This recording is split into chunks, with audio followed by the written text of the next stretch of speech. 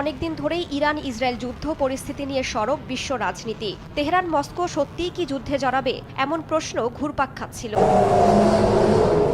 ইসরায়েলের বিরুদ্ধে ইরানের প্রতীক্ষিত প্রতিশোধ। শতাধিক ক্ষেপণাস্ত্র ছুড়ে ইসরায়েলি প্রশাসনের পাশাপাশি মিত্রদের রীতিমতো বড় ধরনের ধাক্কা দিয়েছে তেহরান। শত্রুর তেমন ক্ষয়ক্ষতি না হলেও মধ্যপ্রাচ্যে চলমান অস্থিরতা মাথাচাড়া দিয়েছে। ক্ষেপণাস্ত্র হামলা চালিয়ে বীরোচিত জবাব দিয়েছে ইরান। ইরানের ইসলামী বিপ্লবী গার্ড বাহিনী বা IRGC 400-রও বেশি ক্ষেপণাস্ত্র দিয়ে মঙ্গলবার রাতে এদিকে ইসরায়েলের হামলার পর আবারও আলোচনায় ইরানের মিসাইল সক্ষমতা।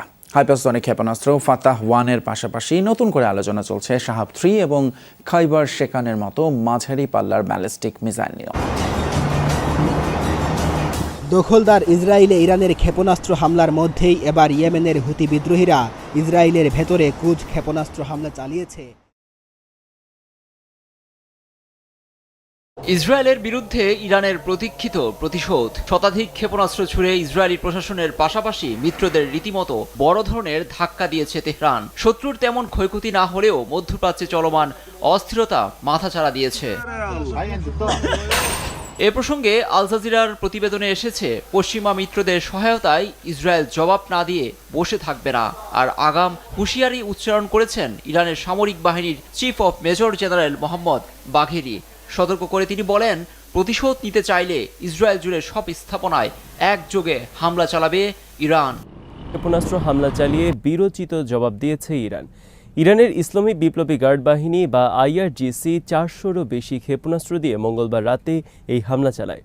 এর 90%ই ইসরায়েলে আঘাত এনেছে।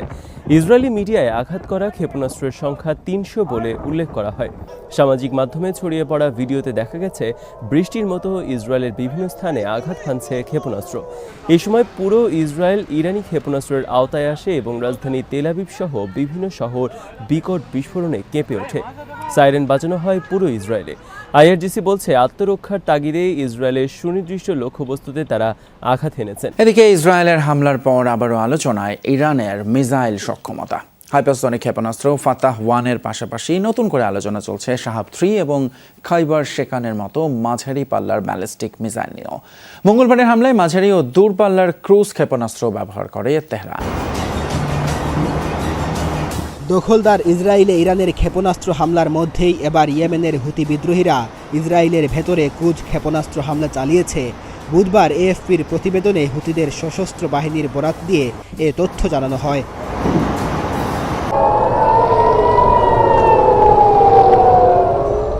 ইসরায়েলের রাজধানী তেল আবিবের রাতের আকাশে ছুটছে 100 আগুনের ফুলকি, যা ছুটে শত শত মাইল দূর থেকে শব্দের চেয়ে বেশি গতিবেগে ছুটে এসেছে সুদূর ইরান থেকে।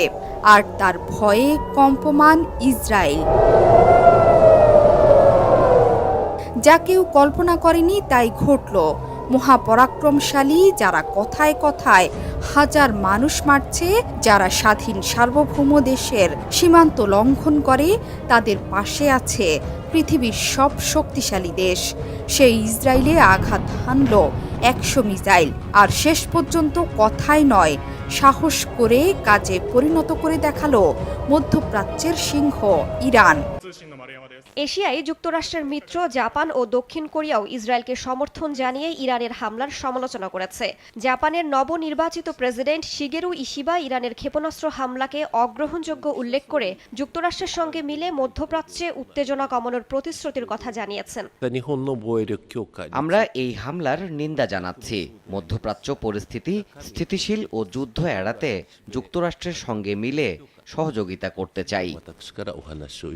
এদিকে ইসরায়েলের বিরুদ্ধে ইরানের প্রতিশোধমূলক হামলার প্রতিক্রিয়া জানিয়েছে রাশিয়া। তেহরানের এ হামলা নেতানিয়াহু সরকারের ক্রমাগত অপরাধ ও ইসমাইল হানিয়াকে হত্যার প্রতিক্রিয়া ছিল বলে উল্লেখ করেছে মস্কো। একই সঙ্গে মধ্যপ্রাচ্যে বাইডেন প্রশাসন ব্যর্থ হয়েছে বলেও সমালোচনা করে রাশিয়া। এছাড়াও লেবানন, ফিলিস্তিনের স্বাধীনতাকামী সংগঠন হামাস সহ বিভিন্ন সশস্ত্র গোষ্ঠী ও গাজাবাসী তেহরানকে সমর্থন জানিয়েছে। তবে বরাবরের মতোই চুপ সৌদি আরব, সংযুক্ত আরব আমিরাত সহ বাকি মুসলিম দেশগুলো।